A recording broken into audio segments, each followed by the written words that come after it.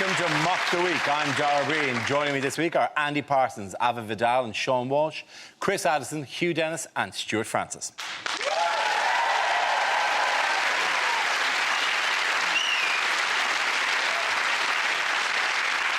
We start with a round called Headliners. Here's a picture of the Prime Minister and Deputy Prime Minister. What does GUPC stand for? Is it one of Cameron's favourite fantasies? Girls, uniforms, patience, Clegg.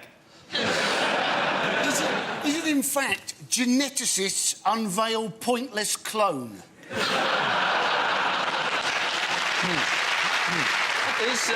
Is it Cameron ordering lunch? Is it goose, ugly fruit, pheasant and a Coke?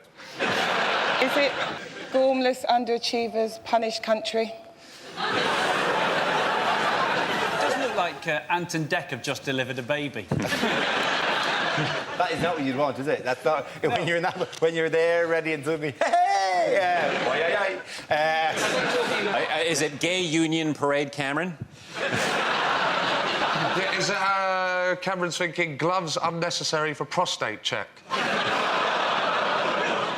Is it in fact genuinely unfunny photo caption?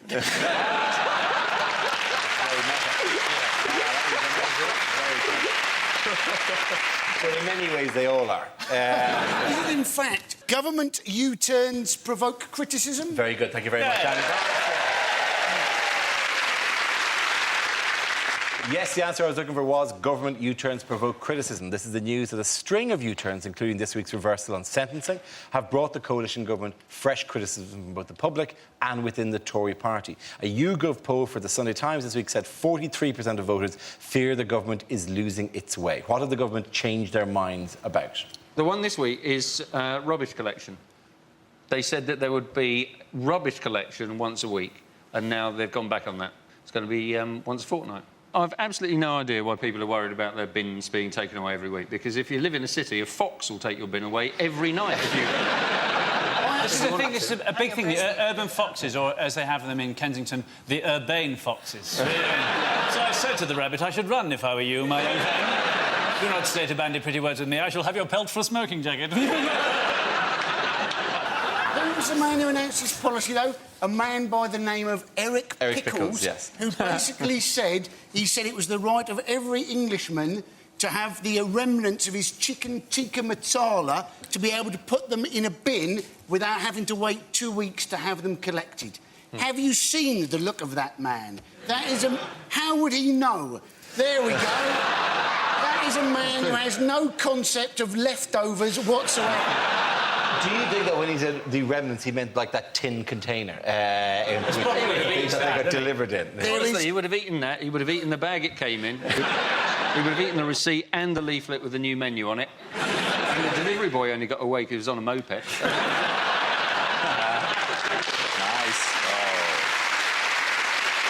And Indian takeaway, you don't put in a bin anyway. Indian takeaway, you put in the bag that you got the Indian takeaway in, and then you put that next to the bin. You don't actually put it in the bin, so it doesn't matter. And what?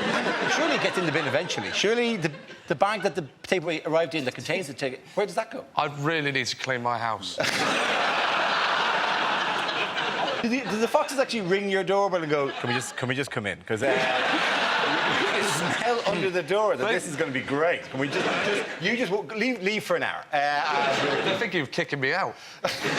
It is also one of the big advantages of a wheelie bin that you can do a U-turn in it. And racing. Have you ever done that? You ever done racing wheelie bins? No, I haven't. Well, you put a child in each wheelie bin. They're quite deep wheelie bins. How old is it? Exactly, yeah. They don't need to be seeing anything. You can have the lids closed. Do you even have to move, or do you just close the lid and go, oh, here we go, oh... And when they're sick, it's quite useful they're in a bin, to be honest. By the way, this is all a very funny chat about wheelie bins, but we're not saying you should really put children into a wheelie bin.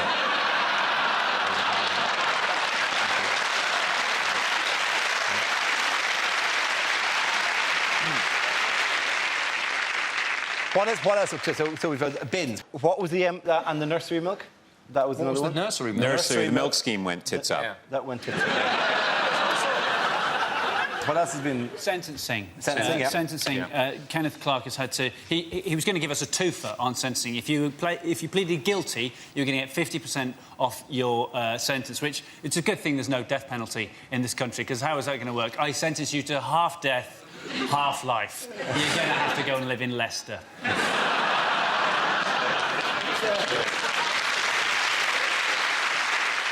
All these sort of Daily Mail readers and stuff who get very upset about the fact that they're not sentencing people to long enough in prison. I mean, I've never worked in a prison. No one considers. I used to work in a prison. I was a prison officer for 5 years, and it is very hard to keep those people entertained, you know. No, they get bored, they cause trouble, do you know what I mean? A lot of them get into religion, which is sweet. We used to, you know, when I had a Jehovah's Witness in, what I'd do is I'd send them around the wing knocking on everyone else's cell door. The best part of that was watching them try to pretend they weren't in.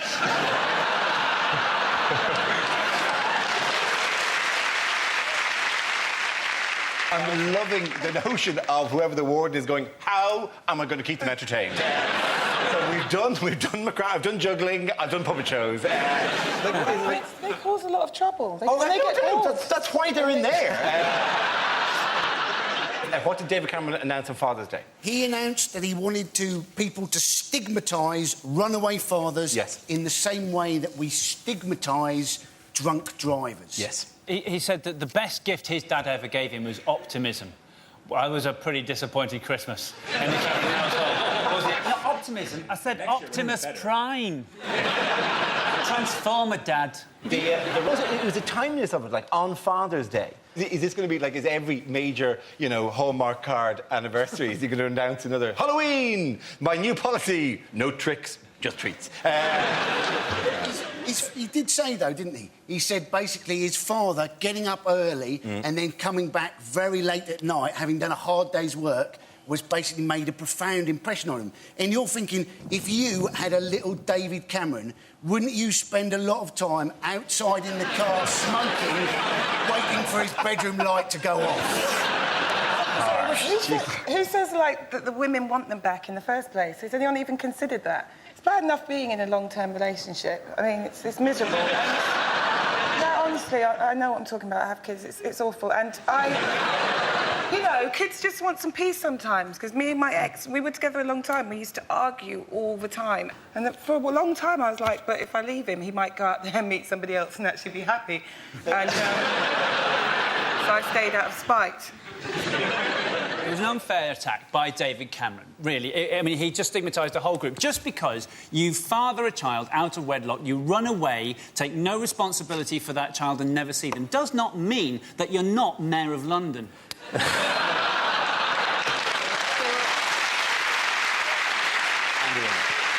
are also lots of points, aren't there, when children want their parents to be absent.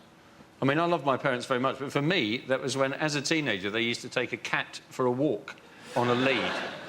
On holidays, we used to take a cat for a walk on a lead, and it wasn't just a lead, it was a 30-foot washing line. And all of it went over Dartmoor, it went everywhere, this cat. And the embarrassing thing was, I got so embarrassed by it that I had to walk, you know, about 100 yards behind my parents. But that meant that you heard the comments of the people coming past them. And that is awful, awful for a teenage boy to be subjected to someone going, you see those people with the cat on the lead? I think they may just have been released back into the community. Didn't your parents have a wheelie bin? They had a wheelie bin. I spent the first 6 years of my life in it. Did you still have washing on the lead? No. 2 birds with 1 stone, that'd be fantastic. Yeah. In fact, put a bird on the lead and the cat could have chased it. And another news, who is the real power broker? Who's the kingmaker in parking in this country? Is it NCP? No, it's not NCP. Who's the one single individual who wields more power over parking in this country than anyone else? Boris Johnson. No. It is, according to Parking Review, it's Hugh Dennis. Yeah. That's right. This magazine, which was sent to me anonymously, Parking Review, features 10 separate photographs of Hugh Dennis on its pages at the moment. Yeah, I did the National Parking Awards.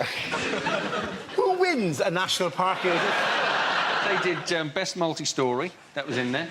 Have you not done the National Parking Awards? I've not done the National Parking Awards, and I didn't know that this was a bonus of it. I'm going to seek out the National Parking Awards. So, sorry, when you say parking, do you mean, like, in a car, reversing into a slot? Yeah, is that your talk? Right, OK. Yeah.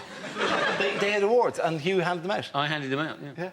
Well, I gave them all tickets, to be honest. I did. OK, again, the point to go to Chris Hughes.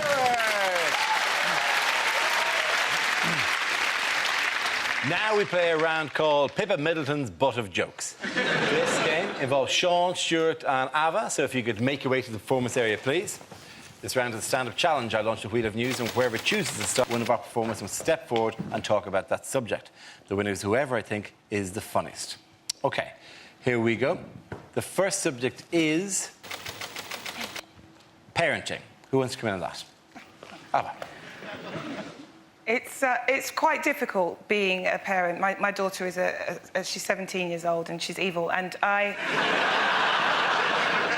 she doesn't respect me. I don't know why. And this is an example. I came home early one day and I found her smoking on the sofa, and I went, my God, you don't even have the respect for me to smoke elsewhere. And she went, so? I went, right, you have to be 18 to buy cigarettes. Where did you get them from? I'm going to report that shopkeeper. He shouldn't have sold them to you because you're a child. And she was like, 17's not a child, yeah? When you're 17, you're supposed to do stuff wrong. Were you perfect when you were 17? I went, well, no, I wasn't. But when I was 17, I like to think I was quite responsible, because when I was 17, I was at home each and every night looking after you and your brother.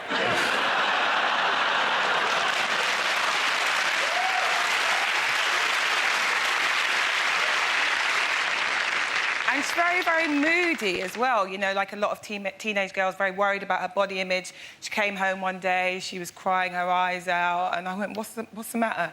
And she went, I hate my whole life. And I went, why? And she went, because I'm fat. And I went, well, yeah, you are. So, could you at least have the common decency to be jolly?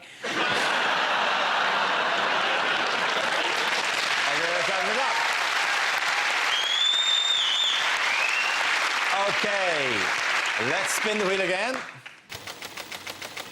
The subject is nightclubs. Who wants to come in on that? Seann. I don't go nightclubbing anymore. I can't do it. I never got on with bouncers. I mean, proper nightclub bouncers. You know the ones that look like a boiled egg on top of a stuffed bin bag. Sorry, Dara.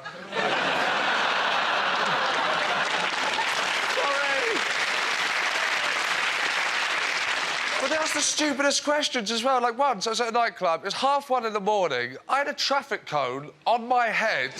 He said, excuse me, mate, can you step to the side? Have you been drinking?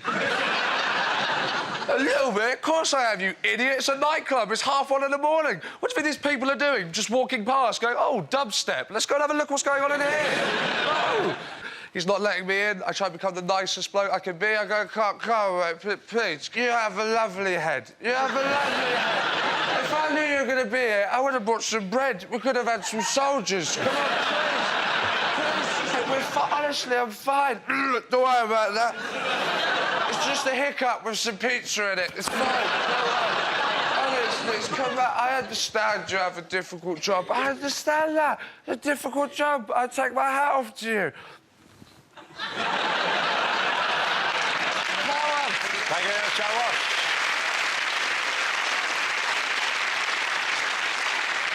OK, that leaves us with Stewart. Let's see what you've been left, Stewart. Topic is jobs. Ever since my best friend became a mime, I haven't heard from him.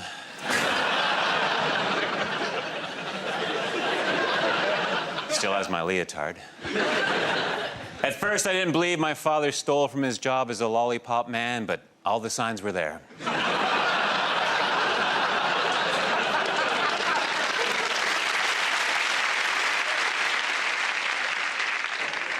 I used to be a panto horse, but I quit while I was ahead. I worked in produce, which wasn't exactly rocket salad. I used to sell dining room chairs under the table. I worked in China repairing typewriters. I didn't like the job, but I met lots of characters. I worked in a sweatshop. It was so-so.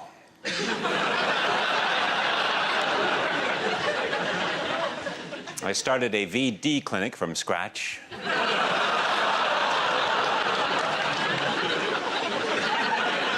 My topic is jobs. My work is over. Very good. Thank you very much. Points there go to Anna and Sean. Maybe we can come back.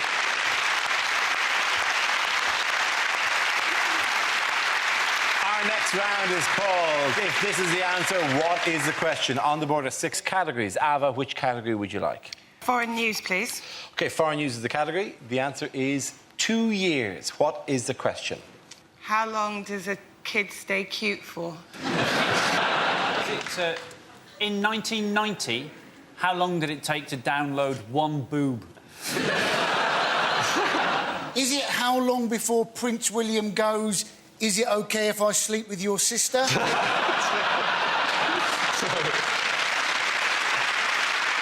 Is it when your Olympic ticket should arrive?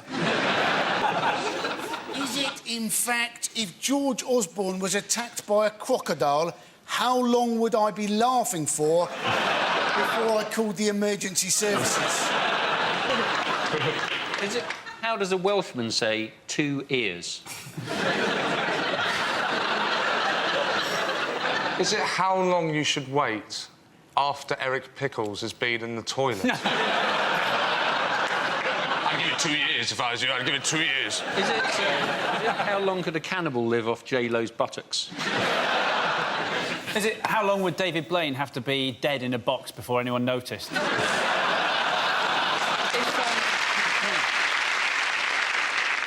we have a correct answer? Is it something to do with Greece? It is something to do with Greece, yeah. Is it when will the Greek economy go so tits up it may have to leave the euro? That is essentially right. Well done. Thank you very much, Annie Pass. Yes, the question I was looking for is how long do experts predict it will take before the euro begins to break apart? According to some international financial experts, debt-ridden Greece might be forced to abandon the euro as early as 2013, possibly followed by other financially troubled nations, including Ireland and Portugal, with the crisis creating a domino effect and posing a threat to the global economy. Why is the euro under threat? Well, everything's going very badly, isn't it? I mean, Ireland are doing bad. Yes, that is it. Yes, yeah. Super insight there, Andy. Yeah, well, You joined the Newsnight booking, they were calling. No, but Ireland are struggling, aren't they? They're struggling so much that we're having to bail them out. You know, apparently we're actually borrowing the money at 3% and we're getting your lot to pay it back at 5%. Yes. So although essentially we are helping you out, we're mucking you over at the same time. You actually are making money on the bailout that you're doing for us. We have to pay it back in 4 years. And we're only going to spend it on your Kit Kats anyway. So frankly... Did Ireland join the Eurozone because they thought it was a boy band? Can I ask one question? How did this round, which is about Greece, suddenly and instantly become about Ireland? The reason Greece will never be allowed to fail is it has the largest natural reserves of hummus. You cut that pipeline off, the whole Tory party stop having dinner parties. We can't rely on North Sea hummus. It's too oily. Scottish hummus is very harsh. If the Greeks do default, you know, what are we going to do? We can hardly send the bailiffs in, can we? Because let's face it, all of the stuff that is value in, you know, that the Greeks have, it's already in our British Museum, isn't it? What people are saying is Greece will have to get out of the euro. Is that allowed? Can you just do that? If you run into financial trouble, you can just get rid of the money that you've got. Can I do that? If my bank manager rings me up and goes, you're in terrible debt, I can go, sorry, mate, I've pulled out the pound. I use milk bottle tops as string now. I'll send you a jiffy bag full. By the way, if you're watching this on Dave, and I know these things run and run and run, Greece is a country that used to exist in the part of Europe now called New South Germany. In other news, who's been busy electing a new leader? Oh, the Al-Qaedas. The Al-Qaedas, yeah. The Al-Qaedas have actually elected a new leader. Yeah. Who is it? Do we know? It's a man called Al-Zawahiri. Ayman al-Zawahiri. Yeah. Yeah, well, feel free to get the correct pronunciation. It's that bloke. Yeah, that bloke. If you'd just been made head of Al-Qaeda, would you send out a press statement going, I've become head of Al-Qaeda? If I would become head of Al-Qaeda, I'd keep it quiet. I didn't know. I just hope people found out. I didn't think it was like Al-Zawahiri is delighted to announce his new role as head of Al-Qaeda. He's exciting to bring Al-Qaeda through this difficult transitional time. great new challenges ahead. Yeah. Please ignore the dent in the middle of his head. That is kind of weird looking. He's also sent off for the one-a-month collection of classics from the Reader's Digest. He turned 60 on Sunday. I was reading in the Guardian. He turned 60 on Sunday, but he didn't celebrate. I bet he didn't celebrate. Can you think of anything more stressful than an Al-Qaeda birthday party? Every time they're opening a package... Beard trimmers, again. They said in the article I read, they said he is a cold, joyless man. You thought, oh, that's a surprise. I thought he was a kind of happy-go-lucky wine lover. He liked a game of hide-and-seek. I'm just really bored with this whole Al-Qaeda thing. I think it's just very exaggerated and it just sort of motivates Islamophobia and it's pretty disgusting how it is today. And I was with my friend, actually, a Muslim woman, she wears the hijab. And this is just... She was telling me she gets harassed in the street. Like, the way people treat Muslims is disgusting. We're standing at the taxi rank, minding our own business. This woman we don't even know just shouts across the road, "Oi, you!" And we're like, what? And she runs over and she points in my friend's face and she goes, You say sorry for 9/11 now! Say sorry for 9/11 now! And I was so shocked. I just looked at my friend and I was like, oh, my God, was that you?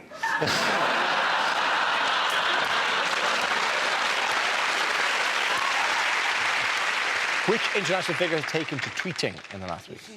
Barack Obama has Yeah. taken to tweeting. He apparently has the third most followers in the world Yes. after Lady Gaga and Justin Bieber, which is why the world must end. I mean, I know Justin Bieber isn't for me, right? But it does seem to me slightly wrong to have 8-year-olds lusting after some 16-year-old kid or whatever, isn't it? It does seem strange. He's there singing all about love, isn't he, to people who can't possibly know anything about love. It would be like having some 16-year-olds lusting after a 32-year-old as he sung about dentures, retirement and surgical stockings. That would be creepy. And by the way, Justin Bieber is 17 and a half. But on Twitter, we mentioned last week... I'm on Twitter, as I think a lot of people here. I mentioned last week about the exam invigilators game that they play, where invigilators would entertain themselves by standing, you know, they go, I'll stand next to the ugliest person in the room, and then walk down and just stand and go, like that. Apologies, I forgot when telling that story that we're right in the middle of state exams in both the UK and Ireland. And I see the hundreds of tweets from people going, I was in the middle of my exam today, and the bloke just stood beside me. It's really upsetting. And then hundreds of other tweets from vigilators going, oh, no, we play Pac-Man. One of them is Pac-Man, and they'd go, and the others chase them into a trap. At the end of the round, the points go to Seann, Ava and Andy.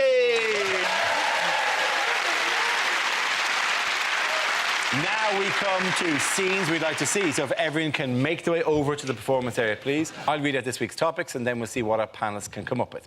OK, here we go. The first subject is unlikely lines from a superhero film. Worry not, Procrastination Man is here. Where is everybody? What's with all the blood?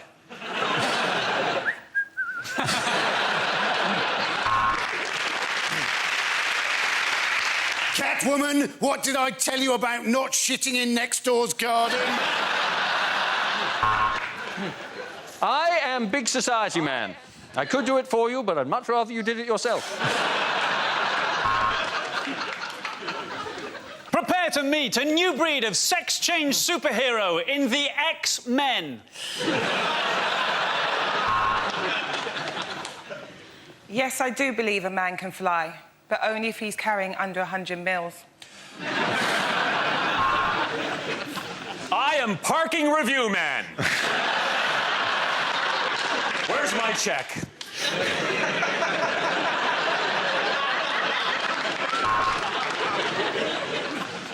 Wow, Iron Man, how did you get all the creases out?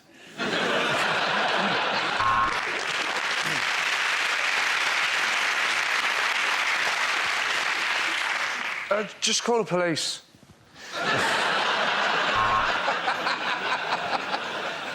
Is it a bird? Is it a plane? Well, if you don't know that, what the hell are you doing in air traffic control?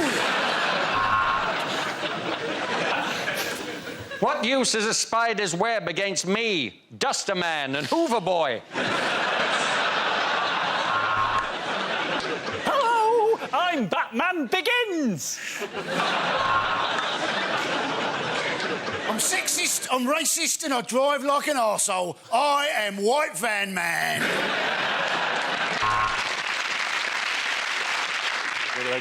Should I do? Yeah. You're doing it. This is part of it. Oh, shit.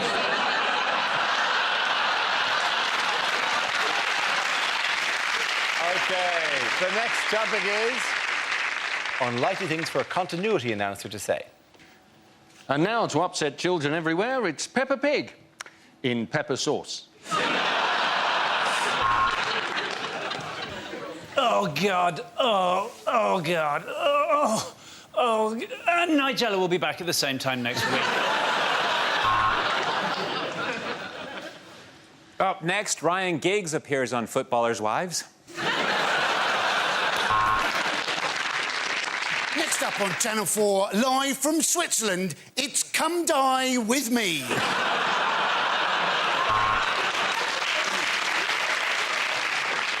And now for a special episode of Planet Earth, where 6 chimpanzees will watch David Attenborough have sex. And now is the time I have to be extremely careful, because the next programme is about Roald Dahl, genius behind Willy Wanker's Choc Bollocks.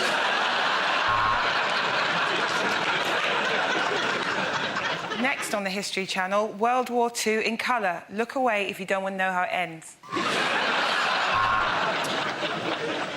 Just to clear up some confusion for our regular viewers, ITV 2+1 is not the same as ITV3.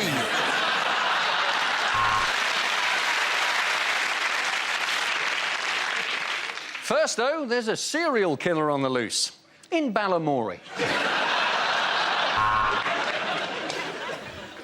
If you've been affected by some of the issues in EastEnders, they must have been acting it better than they usually do.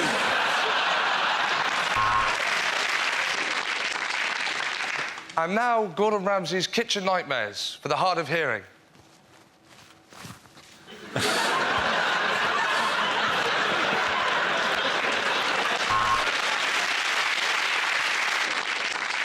You're watching the Dignitas channel. For God's sake, don't press the red button. Next up, it's Bargain Hunt, which is also rhyming slang for the bloke who presents it. Right now, Kate Humble's in the lambing shed. Okay, at the end of that round, points go to Chris, Hugh and Stewart. Yay! That's the end of the show. This week's winners are Chris Addison, Hugh Dennis and Stewart Francis. Commiserations to Andy Parsons, Vidal and Seann Walsh. Thanks for watching. I'm Dara. Good night.